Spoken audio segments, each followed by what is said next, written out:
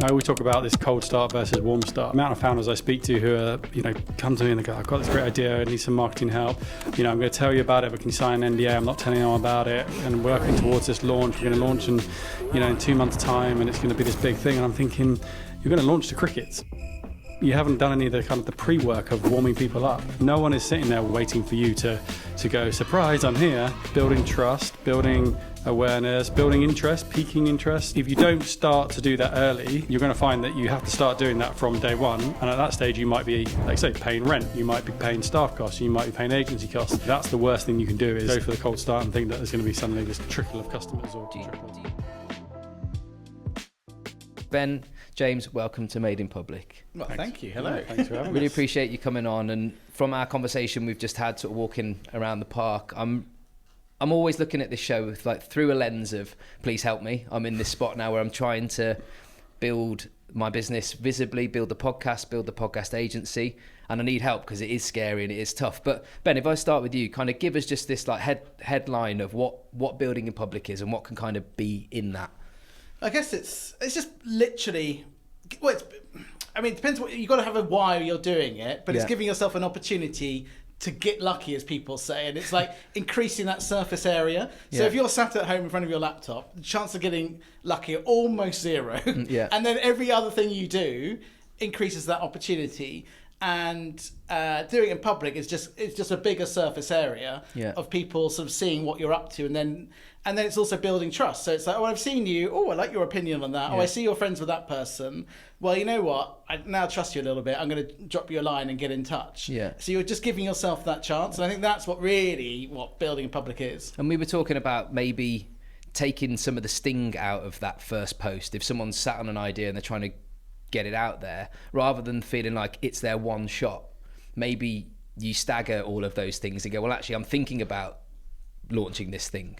I'm not sure what to call it, and you can make all of those maybe like a string of posts. I think there's different ways of doing it, but also, again, part of your why is because some of it you'll be figuring out for yourself, and the process of creating content to talk about that helps you discover why, or I thought I was going to go in this direction, but actually the more I write about it, it feels clunky, or I feel like I should write about it in this way. That feels more comfortable. Whereas if you're holding all that back, you then put it live on your big glossy launch, and you're like, actually, I don't like anything. I don't know how I talk about this, or this feels weird, or that's not, people have said to me this, and you realise you've got so much of it wrong. So again, you're sort of shortening that learning curve, or hopefully making it a little less expensive. It comes at the cost of putting yourself out there. And then can you find a way to kind of enjoy that process? But if you know why you're doing it, I think it opens up the doors for enjoying it a bit more. There's one of the things that's like that commercial reason of doing it, because if it's a product business that you're launching, or a retail business you're launching, if you don't do this and you get to the point where you've taken on a property, you've kitted it out, and then you open the doors and hope for the best, that's the noose. Whereas actually you've kind of giving yourself an opportunity to prove something works before you get to this point. What are your thoughts on that, James? Yeah, I think that's right. I think getting the word out there about what you're doing. I always talk about this cold start versus warm start. The amount of founders I speak to who are come to me and they go, I've got this great idea, I need some marketing help. I'm going to tell you about it, but can you sign an NDA? I'm not telling anyone about it. And working towards this launch. We're going to launch in 2 months' time, and it's going to be this big thing. And I'm thinking, you're going to launch to crickets because you haven't done any of the pre-work of warming people up. And at the end of the day, no one is sitting there waiting for someone or waiting for you to go, surprise, I'm here. They need to start building, as Ben says, building trust, building awareness, building interest, piquing interest, sharing it with other people. And I think, if you don't start to do that early, you're going to find that you have to start doing that from day one. And at that stage, you might be, like say, paying rent. You might be paying staff costs. You might be paying agency costs, whatever it might be. And so, that's the worst thing you can do is go for the cold start and think that there's going to be suddenly this trickle of customers or trickle of Do you think that has sort of shifted to be more prominent, that the customer or the buyer wants more of that? Because I think, we'll get into some good examples of brands that have done this really, really well. But it seems as though the nature of kind of customers and that sales process is leaning more and more and more towards tribe and connection and community and stuff before. I think so. I think people want to feel part of something. I think status is a really sort of misunderstood, or under-understood. Is that a word? I'm going to go with that. It's in now. It is now, yeah. You feel it in public. That's good. Yeah, I'm creating a new word. I'm bringing this new word out. I like this. A piece of marketing and piece of human psychology. People get status from various places, and actually being part of a tribe and feeling like they're part of a new thing, a cool thing, something they can tell their mates about, something they can be the first to tell their mates about. That's really, really important. So I think there is more kind of awareness of that within maybe founders who are building stuff. I think clearly like social media has made a difference. When I launched my business in 2014, obviously social media was around, but there was less people doing build in public at the time. So I didn't even think to do it. And actually, if I was doing it now, I would absolutely do it. I'd be showing the whole process from start to finish, because I wouldn't want to open a retail store where I'm paying $5,000 a month in rent and not know if I've got customers coming in. So socials definitely help that. The rise of creators and influencers all plays into it. And then I think probably on the flip side, you have that more expectation from consumers. There are so many brands and so many businesses around now. It's almost like, what makes you different? Well, actually, if you build in public, that makes you a bit different, even if your product's actually quite the same. I work a lot in FMCG and consumer goods. There's a great example. There's a brand called Salt, S-U-L-T, and they're an electrolytes brand. They're one of probably 100 electrolytes brands. They are doing something. I've seen them. Yeah. I've seen all their stuff. It's a great brand. It looks great. Product's probably very similar to everyone else. But what is different is that they are building in public. They're being really open. And I think that's the sort of way that you can distinguish, and consumers will probably latch on to them maybe more than they will another brand who is doing all the good stuff, but just not building the whole business in public. And just quickly, and on that, there's another thing. It's effectively free. So so if you're small, what levers can you play? What advantages have you got? And so therefore you're giving yourself, again, another chance to do it and to have success that you might not otherwise have. And traditionally people, you may not have even started that business because you were like, the barrier to entry is so high, I've got no chance of really getting in there. But by building in public, you're giving yourself a chance. And we were talking about it earlier, someone we know, they've managed to get an investor for their business, but that only really happened because they're built in public. And then just the other bit, picking up on what James was saying about this cold start, another reason, and it's tied to finance again. So if you've got a product business, but if you've got pre-orders, then right, I can order 100 units of that because I've actually got the orders in, and that makes it a lot less scary. Or if you're like, I've got to find some money, but if I can say I've got 100 orders, then probably bank with mum and dad, hello, but I've got the orders. Do you see what I mean? Yeah. So that's giving yourself a chance to do it rather than just like, because you'll otherwise see all the stories like, I bought 10,000 cans of this and I realised it's rubbish or whatever. So you give yourself more opportunity to get it right, I think, through actually, in effect, not getting it right by putting yourself out there and learning in public. I'm definitely learning, and you guys have just reiterated the point that there's so much opportunity and so much reason to build in public, but there's also a few good reasons why people don't, and myself included, sat here, too busy, I've got this, I'm running this, I'm doing that, the phone rings halfway through writing a post,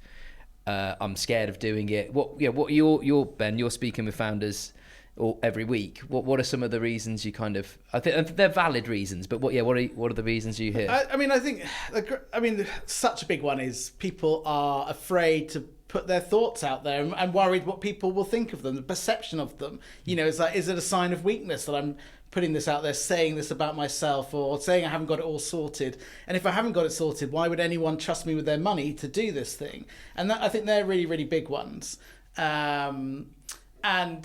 And there is it's the cringe as well. We're British, we're a bit more reserved, I think, so that it's inherently awkward. I think when we talk around the park, sort of saying people will take the piss out of you. Some people will, like you're like, oh, you're not doing another post. As soon as you start showing up actively on a social network, so for Ben and I, it's LinkedIn mostly. You always get a couple of friends who are texting and go, you're on LinkedIn a lot at the moment. And there's a kind of knowingness behind there. They're sort of slightly taking the piss. And actually, you go, yeah, I kind of am. I'm leaning into it. And then within a week, you're kind of like, oh, I'm over that. I don't mind that I'm getting the piss taken out of me when I go and play football with me. I'm known as like LinkedIn James when I go and play football. And at first I was a bit like, yeah, that's quite embarrassing. And now I'm just like, yeah, whatever. It's working, so I'm okay with it. That's the thing, isn't it? You're giving yourself more chance to have the things that you want. And if the price of that is putting yourself, writing some words and maybe an awful selfie, is it that great a price? It's not huge. And that's what I keep bringing it back to. It's like, okay, I've got to write some words, but is it that difficult? And is it that bad if I put a picture of myself? The picture's awful, but you know what I mean? But it is an interesting mentality, what you're saying, because when a friend says that, and I tend to say, oh, sorry, but why am I apologising? I'm basically trying to give myself a chance of having the things that I want. Yeah. You know, it's our mentality. I noticed that this weekend I had a joint 40th birthday. This episode is sponsored by Vertical Drop, our end-to-end podcast agency based out of our studio in Clerkenwell, London. Founders, a podcast is the single best tool to grow your personal brand and business right now, not just through content, but through access. We recruit your guests. Those people who won't take your call, they'll sit down with you for a well-positioned show. We get you in the room with the people you actually want to do business with. Strategy, production, editing, long-form, social content, all handled. DM me on LinkedIn for a free pilot, no strings. Yeah, I was at a joint 40th birthday party this weekend with some friends from uni that I haven't seen for years. And I wasn't expecting them to go, oh, I've seen you all over LinkedIn. And I immediately was like, oh, but I think the way they spoke about it, there was a bit of ribbing, but not as bad as it would have been a few years ago. I think people now have kind of got over this, like, actually, I probably should be doing that myself, you know, so... I think that's right, yeah, definitely. And you know, and each person will have different reasons and whatever. I think part of going back to your question to Ben around what might stop people, you know, Ben's talked about the cringe, the not necessarily, you know, worrying if that means they won't trust you, if you're being too honest, that kind of thing. I think the other thing is a lot of people don't really necessarily think it's right for them. Now, I work in, like I say, a lot of FMCG businesses, and they go, well, it's all right for you. You're running a service business. Of course, if you show up on LinkedIn, it makes sense. But for me, you know, I'm trying to sell deodorant or whatever it might be. Yeah. And so they don't sort of quite connect the dots between building a personal brand, which is a whole nother kind of cringy term, but it's true, and selling deodorant. But actually, you know, we work with a brand, the founder runs, you know, he's got 300,000 or 400,000 impressions on his LinkedIn in 1 month last month, because he decided to lean into it and he's got interesting stories to tell.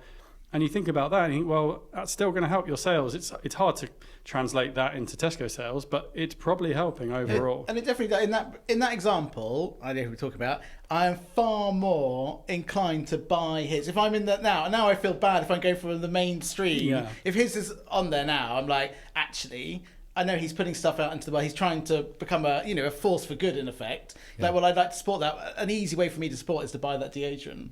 And therefore, you know, I have been influenced through his, but that wouldn't happen otherwise. It's true. I've just picked up a can of the hopefully, from a selfish perspective, building my podcast in public. If someone then wants to come and do a podcast themselves, with a bit of luck, they might choose us. I'm interested around, James, we were chatting a minute ago when we were walking around the park around this. The barrier to creating content has never been lower now, because everyone could jump on Claude or ChatGPT and stick a post out. But you were saying you were reading this article around the kind of friction, like there's things that we can do to make us creating content a little bit harder, then basically it will be better. I'm really keen to get into that with you. Yeah, I think, like I say, the rise of Claude and ChatGPT means that everyone now is a content creator. You know, written content is you know, takes 10 seconds. Most of it's pretty terrible, but it can be done. Yeah. So we're kind of, you know, our feeds are washed through with AI slop. It's harder and harder to stand out. You know, the AIs are getting slightly better at standing out. So I think, you know, and I'm talking about the written word in terms of platforms like LinkedIn, but even, you know, on Instagram, lots of UGC is now AI generated. So how do you stand out? How do you make sure that, you know, you do actually, you know, cut through and get, you know, be more authentic? I think it is about finding those ways that are different. And so, you know, a couple of examples could be, you know, we talked about, if you record your podcast, if everyone is recording on Zoom because that's the easiest thing to do you make it slightly more difficult by always doing, you know, face to face? That's one bit of extra friction that other people won't do. That probably takes you into the top 2% just by getting in a room together like we are today. You know, when Ben first contacted me about today, I assumed it would be a Zoom call. So there's, you know, we're currently, you know, in the top 2%. Then what's the extra thing? We could go out and do a walk around the park, or we could do this, you know, on a boat, or whatever it might be. Yeah. Maybe that could be something we could try. That's next week. Yeah. Yeah, exactly. Or thinking of other ways that, you know, you can go that extra mile. It doesn't need to be super difficult. It doesn't need to be super expensive, but just something that's differentiated from what everyone else is doing and can do effectively for free. will make you stand out, and it will make you more effective as you build in public, because it will just jar people out of their kind of their monotony of just seeing the same old crap down their feed. We're going to get into some of this where it's going later in the episode, because I think live is something that Ben particularly heavily kind of doubling down on. But could we talk a little bit about, you mentioned a couple of brands like Salt, etc. Who are some brands that people could take some inspiration from now, that I think particularly with the show Made in Public, I want it to be relatable rather than impressive. So less this kind of like, multi-global business that's already gone there, done it. It's these guys that are building right now that they can watch along and go, actually, I probably could do some of this stuff. Yeah, interestingly, the first I guess build in public that really caught my attention was actually another podcaster. I don't know if you ever listened to that show Startup, which was originally done by a podcast company in America called Gimlet, who ended up being acquired by Spotify. So there's the dream. There we go. Okay. And his build in public was, he essentially recorded every moment of building the building the podcast, and he then released it as a sort of a story, like a narrative story. So it wasn't interviews, it was more just he literally had a mic on him the whole time, recorded every interview, every investor meeting, every sort of time his wife told him he was wasting his time, all this kind of thing. And then he chopped that up into a sort of 10-part series and released it as its own podcast, which is quite meta in its own way, but really, really effective at then going, okay, this guy clearly can do storytelling, build, he's clearly great at podcasting, he's been vulnerable, he's interesting, and off the back of that they released loads of other shows.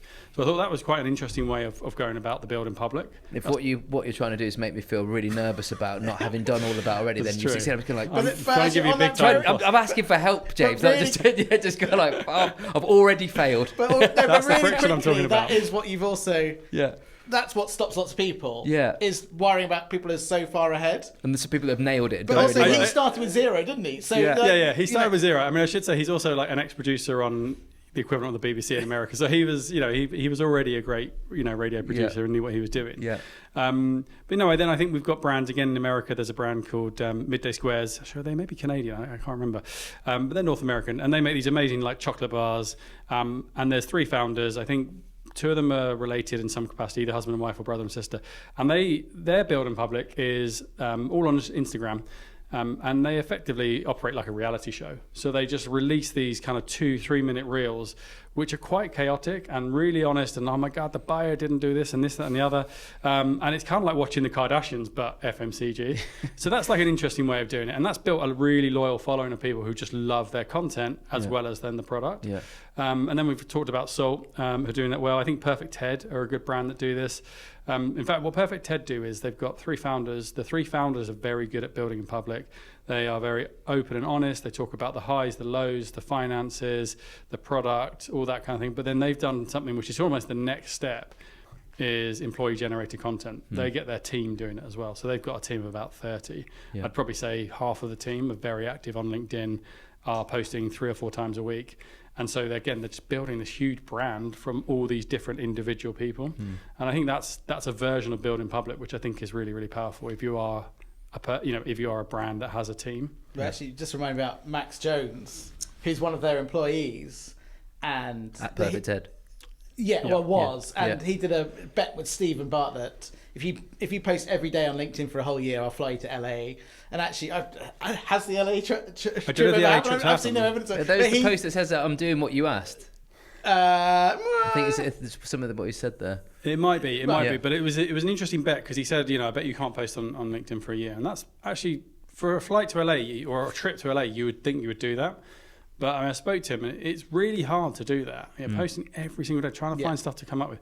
But he did it, and he built this great following. And sorry, Ben. No. But that is it. And now he started his own community called 0 Degrees, and all sorts of opportunities are coming his way. But purely by getting started and doing it. But through that. But that probably wouldn't happen if Perfect Ted's environment wasn't saying because he's only 18, I think, or 19 at most, saying, go for it, this is what we want you to do. And most companies are like, well, no, you don't post about the company. What do you know about the company? You're too young, you're too low down on the pecking order. We don't want you doing that. Actually, an absolute... Because also some of his posts would be him going to, I don't know, the local deli and saying, I've just got Perfect Ted listed here. And then, of course, other delis are like, oh, perfect 10. You know, so it's brilliant content Yeah. for the whole brand as a whole. Yeah.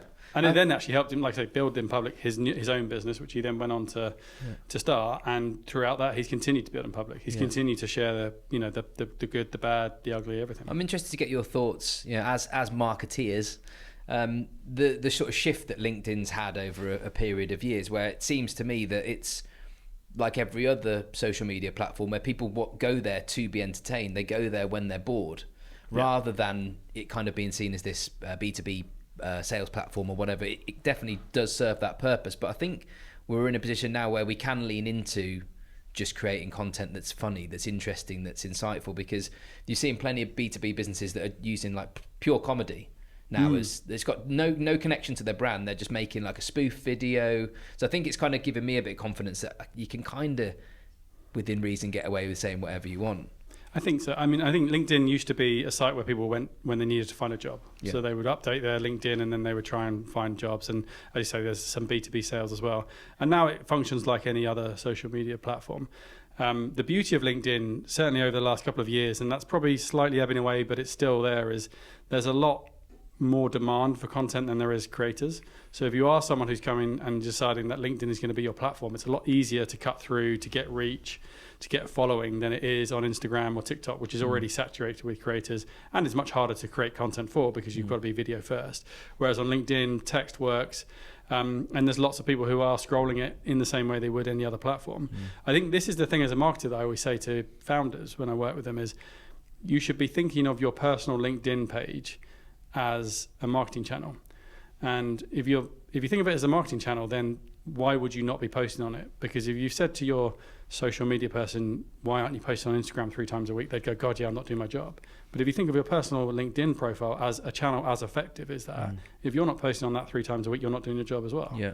And I think, but they don't think of it that, because everyone's, or a lot of people are still in the mode of, no, LinkedIn's a sort of a personal thing where I go and find jobs or whatever it might be. I just don't think that's the way to look at it anymore. Yeah. And there's two things I'd like to talk about. So one thing we can go on to in a sec about distribution, kind of like that's really what you're trying to build with it. I completely forgot my train of thought now. Oh yes, I'll come back. So yeah, there's a couple of things I want to get into. One was around sort of it being a means of distribution, which you're kind of talking about there, marketing channel, building that up. But one of the questions that I've got at the moment is, do I put all my eggs in one basket? Do I purely look at LinkedIn? And I guess you guys are talking to multiple brands and doing it yourselves. Should I be repurposing? Should I be on TikTok? Should I be Substack? Should I be Instagram? And I honestly don't know, so help me. I mean, I think you've got to start with where you most likely find your target audience, but also what are you most comfortable with? So actually, even though I'm a really big believer in the future being about live and live broadcasting, you won't at the moment, I don't talk to camera. I'm happy to talk like this and have a conversation, but in terms of me talking to camera, just not going to happen. So actually one of the reasons why I was so drawn to LinkedIn was, well, one, the audience all makes sense, but also secondly, as a format, it's effectively writing, and then to get more views, if you can do a selfie, then you're more likely to get more views, but you could just write and you will still get seen, and that's a much nicer platform. So I think it's looking at through two things. One, what feels comfortable, because the less comfortable you are, obviously there's a little bit of challenging yourself, but in effect, the less comfortable you are, the more likely you are to not do it. And as soon as you drop it a little bit, the week becomes 2 weeks, becomes a month, haven't done it, or whatever, I've given up on it. And therefore you've given up on giving yourself those opportunities to get the success. So yeah, I think that's right. I think to do the platform that you can consistently show up on. I keep meaning to launch a newsletter, but I also know I'm not consistent enough that I'll do it every week. Yeah. If I'm not yet at a stage where I can consistently show up week in, week out, I'm not going to bother starting it. I think, in your specific example, you have all this content and all this footage anyway, so probably you should find someone who can chop it up into, Instagram clips, TikTok clips, YouTube, and YouTube clips, because you can get a lot of growth from that. But I think, again, outsource that if that's not your skill set of chopping it up into, and actually at the end of the day, if it's going to be Instagram and TikTok and YouTube Shorts, it needs to be the juicy stuff. It needs to be cut in ways that's actually going to catch people's attention, in 1 second. You do have to be a bit hooky, a bit clickbaity. Don't know what we're going to say. It's going to Yeah, be later, but we'll see. Well, cut. Yeah, exactly. Plenty of time left. But again, you've done the hard work of, you've found, one or two people, you've got them in a room, you've recorded a podcast. You might say, right, you're going to just focus on the LinkedIn bit, but you're going to find someone else who can chop it up into clips and then chuck it up on Instagram. Yeah. Sometimes you don't even need to see that. Yeah. You might want to kind of approve them and stuff, but actually, if you can just find the bits you're good at and then find someone else to do the bits you're not good at. Well, I think that leads us on quite nicely to this, where it's all going, building brand and this move to live. I think there's like a few things that are probably driving it, and we were talking about it earlier about with AI kind of filling feeds, then maybe the next logical step is live, because it can really cut through that. And there are examples of people that are, the streamers of the world. I don't think we're saying if you're building a brand, then you must be a streamer. But yeah, what are your thoughts, Ben? Because I know you're you're all in on it. All in on it. Actually, on the LinkedIn example, because at the moment I'm talking about live and social commerce quite a lot, but I think there is just live and streaming. There's who knows how you end up coming across these people, sort of a LinkedIn guru, and he's like, I'm going to start streaming and show you how I write a cold email or something like that, and there he is, and he's doing his prompts on ChatGPT, and actually weirdly it is quite compelling, because but because it's also live, you're like, draws you in that little bit more to doing it. It's like, oh, this is why am I watching it? But it's different, and again, the same sort of thing as we were talking about. Different cuts through more than anything else. Yeah, different is better than better. And I think that is interesting around the live, because is live something that AI can't replace? I think currently, yes. AI is moving so fast. Who knows? It might be really easy to do that. But again, live might be one thing. It might just be format. Yeah. This is a format of podcast setup where we're sitting on the sofa in a chair. If you look at TBPN in the US, they've just been acquired by someone, I can't remember who, but for a lot of money. They were just two bros, chatting about tech. And then actually they decided they wanted to go and be differentiated. So they set themselves up more like what looked like a sort of a chat, more of a kind of NBC type or MSNBC. Yeah. So they put a desk, they put, a screen behind them, and they really tried to emulate TV, which suddenly looked really different in a podcast format, because most people weren't used to that in podcasts. They were just used to two people with their iPhones or whatever it might be. Suddenly you're going, it's a podcast, but it looks like a TV studio. Mm. And just the differentiation is quite simple, but makes a huge difference. And I've heard a few people, the bigger podcasts, talking about the fact that we're at a point of saturation when it comes to consumption. Like people can't be on their phones any more than they already are. They are already consuming content. So the point is, we've now got to this point where we actually have to make the content really good. We're talking about showing up and getting it done, but there is also a thing there where we're going to actually, to your point about friction, like making it this differentiator, this little bit better, this little bit more honest. And it's, I think also though, the thing about live is it takes away some of the polish in that. So a downside to a podcast is that it's very edited, or can be very edited, and therefore you're taking, it's all very glossy. It can be very press release. So when you're listening to it, you're like, there's a lot of words, a lot of time, but I haven't actually learnt anything, or nothing really came out. I didn't really get their character. Whereas in live, I think just that little bit more can come across. Or it's the what if, and see how people react to it. And I think that's really interesting. And in a way, you lean in harder because you're interested to see, or like, oh, that's a tricky question. I wonder what they're going to say to that. And it's real that it can't be sort of taken out effectively. You are right. I think I found myself watching stuff on LinkedIn Live, which, like you saying, are just completely irrelevant to anything I've got any interest in. But and there's been like 10 people in the room. Yeah. And I'm like, but I'm there watching it for just completely distracted and should be doing something else. I think obviously there's nothing better than in person, I would say, but the next sort of available bit is that kind of like going live. What do you think the Build in Public live would be?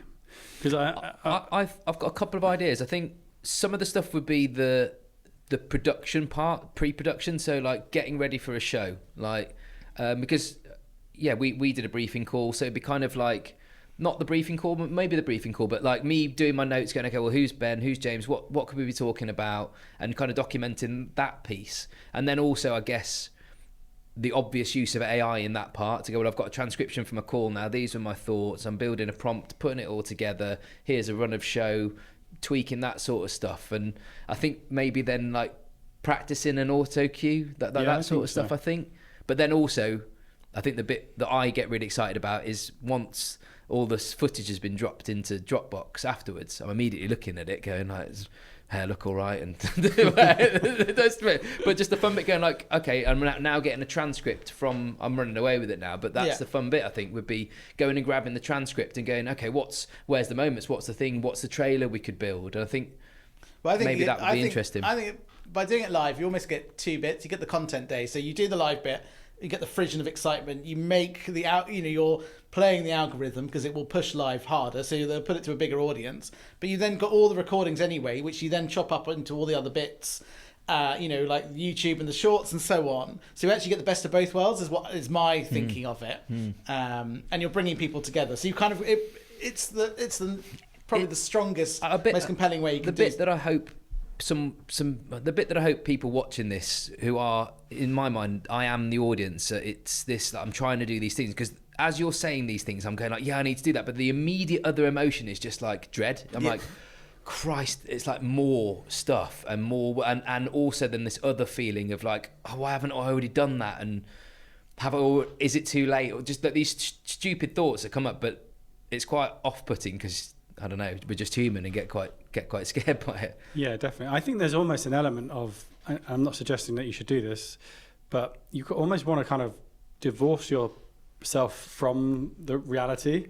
So you almost have this persona, which is the build and public persona. And that person doesn't necessarily feel the cringe and does do this stuff and doesn't get overwhelmed by it. And it's slightly different almost to your sort of who you really are. Now, to do that is probably, psychologically unstable, so maybe don't do that, but you kind of almost need to do it, otherwise you can just become overwhelmed with how much you could be doing. And maybe it just comes back to that old thing of just do what you can, and even if you do a bit and it's different to other people, that's still much better than 99% of other people. And I guess the other part as well, I'm just thinking out loud there, is how much help do we need? Because if this is the move that we should be making, and we don't genuinely have time, or we're short on time, then maybe we need help. We need to hire someone to take some part of the workload that we're doing away from, or we need someone that can come and do the clipping, do the thing, whatever it is. I think there is a danger though, which is you always pile on, well, we need all the extra stuff. And I think ultimately what it does, the beauty and the reason why more people are doing it and so on, is because actually you can just do it on a low level. And so there's both, to be better and to be different and get even more cut through. Yes, you can do all these things, but you can still boil it down to what's going to give myself a greater chance. It's just doing something, I think. So it's always balancing up those two things. And if you get your success, the other stuff will follow as well. Like all the people that we admire, they all started in most cases started in a pretty similar position, and then built their way up through that. Ben, James, I'm so thankful you've come in today. It's been for me personally, a really insightful and in equal measure exciting, and then like instigating. I need to get out there and do it. So yeah, thank you so much for coming on. It's been an absolute pleasure. Thanks for having us. No, it's great. We can always do a part 2. Yeah. Thank you. Thanks so much.